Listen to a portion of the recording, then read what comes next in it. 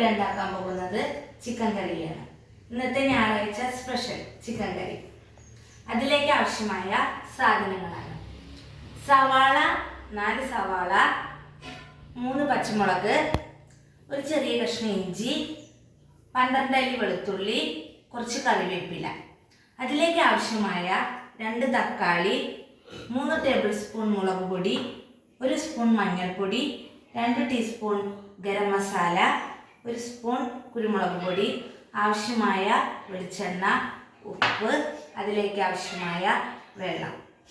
ഇനി നമുക്ക് ഇത് പാചകം ചെയ്യാൻ അടുക്കളയിലേക്ക് പോകാം.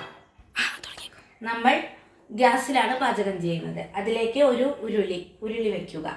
ആവശ്യമായ വെളിച്ചെണ്ണ ഒഴിക്കുക. എണ്ണ നന്നായി ചൂടായതിന് ശേഷം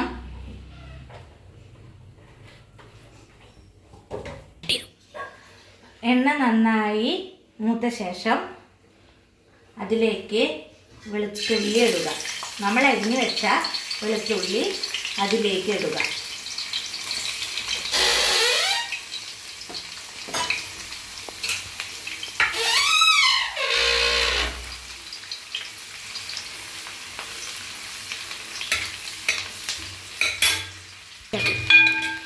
വെളുത്തുള്ളി ചെറുതായി മൂത്ത ശേഷം അതിലേക്ക് ഇഞ്ചി, നമ്മൾ അരിഞ്ഞു വെച്ച ഇഞ്ചി ഇടുക.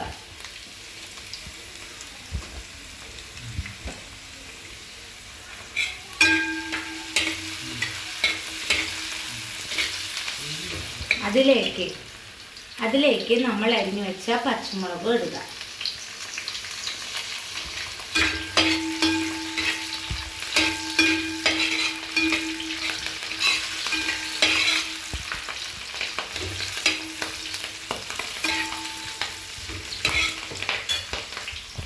അതിലേക്ക് കുറച്ച് കറിവേപ്പില ഇടുക. ചെറുതായി ഒന്ന് മൂത്ത് വരണം. അതിലേക്ക് സവാള ഇടുക. 3 സവാള അരിഞ്ഞതാണ്. നമ്മൾ 3 or 4 സവാള അരിഞ്ഞത് ചേർക്കാവുന്നതാണ് ചിക്കൻ കറിയിലേക്ക്. വെളിച്ചെണ്ണ ആവശ്യത്തിന് ഒഴിക്കാവുന്നതാണ്. ഇതിൽ നമ്മളിപ്പോൾ കുറച്ച് വെളിച്ചെണ്ണയെ യൂസ് ചെയ്തിട്ടുള്ളൂ. നമ്മൾ മൂത്ത് വരുമ്പോൾ നമുക്കറിയാം ഇനി വെളിച്ചെണ്ണ വേണോ വേണ്ടയോ എന്ന് അറിയാവുന്നതാണ്. അപ്പോൾ കുറച്ചും കൂടി ചേർത്ത് നമുക്ക് നന്നായി ഇളക്കി ചേർക്കാവുന്നതാണ്.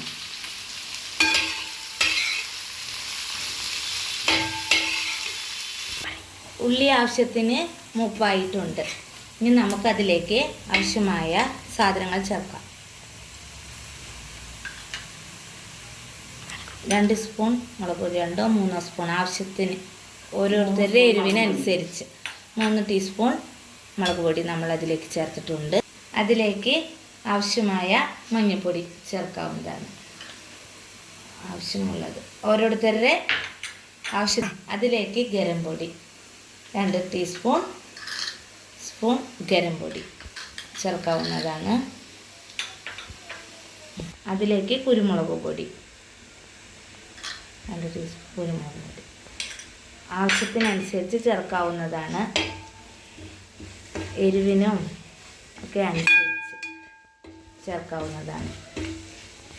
നന്നായി ഇളക്കിയതിന് ശേഷം അതിൻ്റെ പച്ചമണം വിട്ടതിന് ശേഷം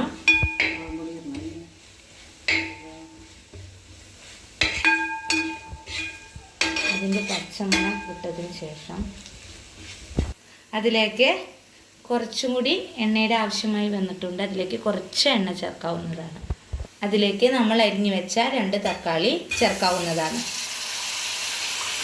നന്നായി വഴറ്റണം. നന്നായി ഇളക്കി ചേർത്ത് അത് നന്നായി വഴറ്റുക.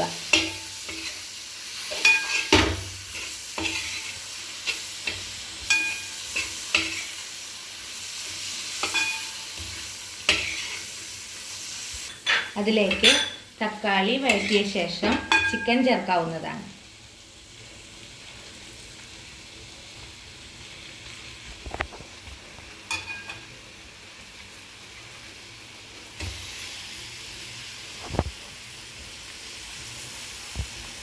നമ്മളിവിടെ 1.5 കിലോ ചിക്കനാണ് യൂസ് ചെയ്യുന്നത്.